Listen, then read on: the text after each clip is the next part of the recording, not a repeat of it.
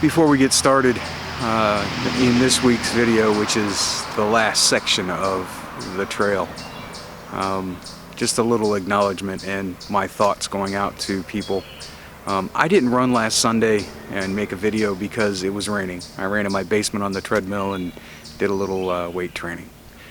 But it had rained most of the week before that, and it rained most of the week up to this Sunday, today. It quit raining on Thursday.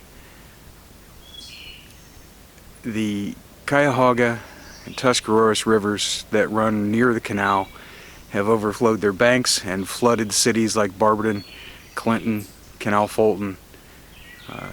I just ran into Navarre, which is showing signs, and I'm down here in Bolivar. Everything south of Akron, Ohio, along those rivers has dealt with some flooding in some areas worse than others. Please give to the Red Cross, the American Red Cross. The link will be right over here. I'm going to, after I make this video, I'll do some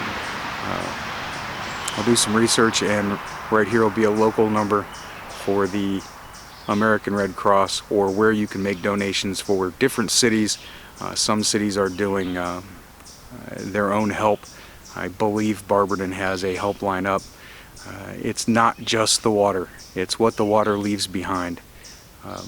Those people are going to be cleaning up mud, silt, garbage, sewage for weeks to come, and it's supposed to start raining again sometime in the middle of this coming week.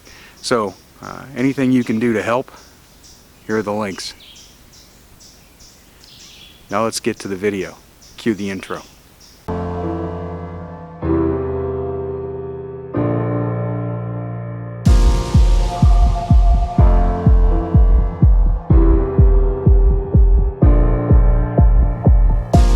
So like I said before the intro, I took last week off because of the rain. Just worked out in the basement. Only got 4 miles or something in last Sunday on the treadmill and did some weight training. This week I did it. I finished the trail. If you've been following along, I'm going to assume that you were. I started this trail run at Memorial Parkway in the center, middle of the trail somewhere, and I worked my way north and got to Cuyahoga Heights up near Cleveland. Then I decided to come back and start in downtown Akron and work my way south, and here I am in Bolivar/Zoar, Ohio, at the end of the Ohio-Erie Canal Towpath Trail.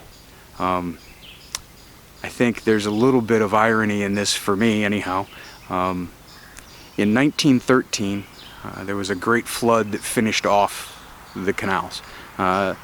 The use of the canals had been diminished greatly because of the railroad system that had moved through and caught up to and surpassed the abilities of the canal system, but it was still being used, mostly locally, but there were still people using the trail, or the canal. I got a car pulling in here. In 1913, there was a great flood that stopped that and killed it. And ironically, I'm running the very last section and getting to the end right after a flood. So irony for me, maybe not for the rest of the world. So I'm going to pause and let this lady get her bike off of her car, and be back. All right, so describing the trail. Nice trail. I like this section of trail. It's not too bad. You're right between what used to be the canal, and it's now pretty much a ditch, although this time it was very full of water because of the flooding, and the Tuscarawas River on the other side. Mostly gravel trail, lots of wildlife, saw some turtles. There's one section where a pipeline runs through, and there's a bunch of rocks that are on the side of the river. A lot of huge turtles there, but every time I got close and tried to take a picture, they'd run off.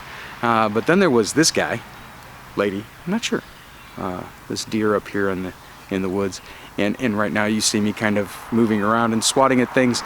There are plenty of deer fly out here, and now that the river has flooded in areas, there's stagnant water sitting and mosquitoes breeding like crazy. So if you're going to come down here and run, I would suggest bringing some bug spray with you, or don't stop moving. Deer fly will only run a certain area and then leave you alone, and there seems to be one right here. It's at about ankle level. Enjoying this. To to the flood real quick. Again, I'm going to put up, there's probably somewhere on this screen at some point there is a number to the Red Cross. I'm going to leave that up here, but here in nice big on this side, not only for the people here. There are still people suffering from the floods in the Midwest. There are still people suffering from hurricane damage from last season's hurricane season, and we're fast approaching that for this year. There are people that are suffering from tornadoes that went through earlier this year. The Red Cross will help them out, or at least help some of them out, help the ones that need it the most. And every dollar, every dime, every penny counts. So if you can donate something, donate to the Red Cross. I know that typically when there's a disaster like this, people get sick and may end up in the hospital, and they may need blood. So a Red Cross blood bank, you can donate blood, you can donate money, you can donate whatever you can to help those people out.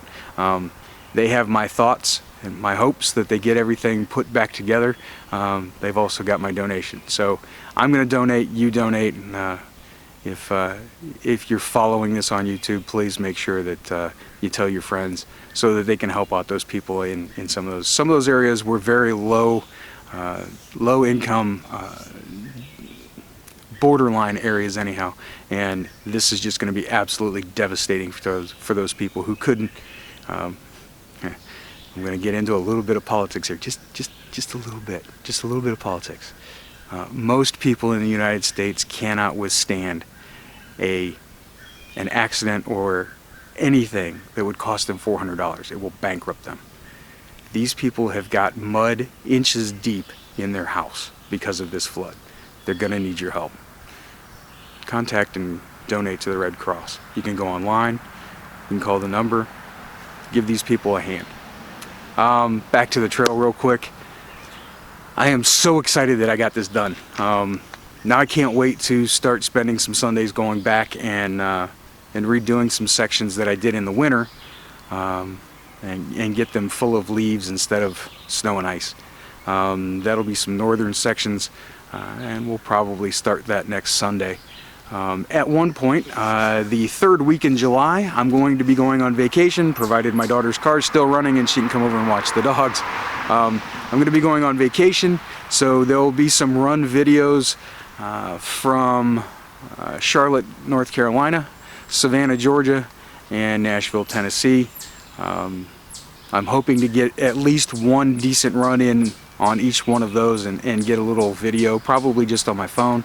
I don't know if I want to haul the camera out every time, but man, I can't wait. It's going to be a great vacation. If nothing else, it's just time away from work.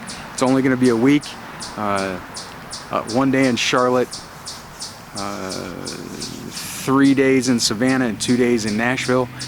Just kind of seeing some sights.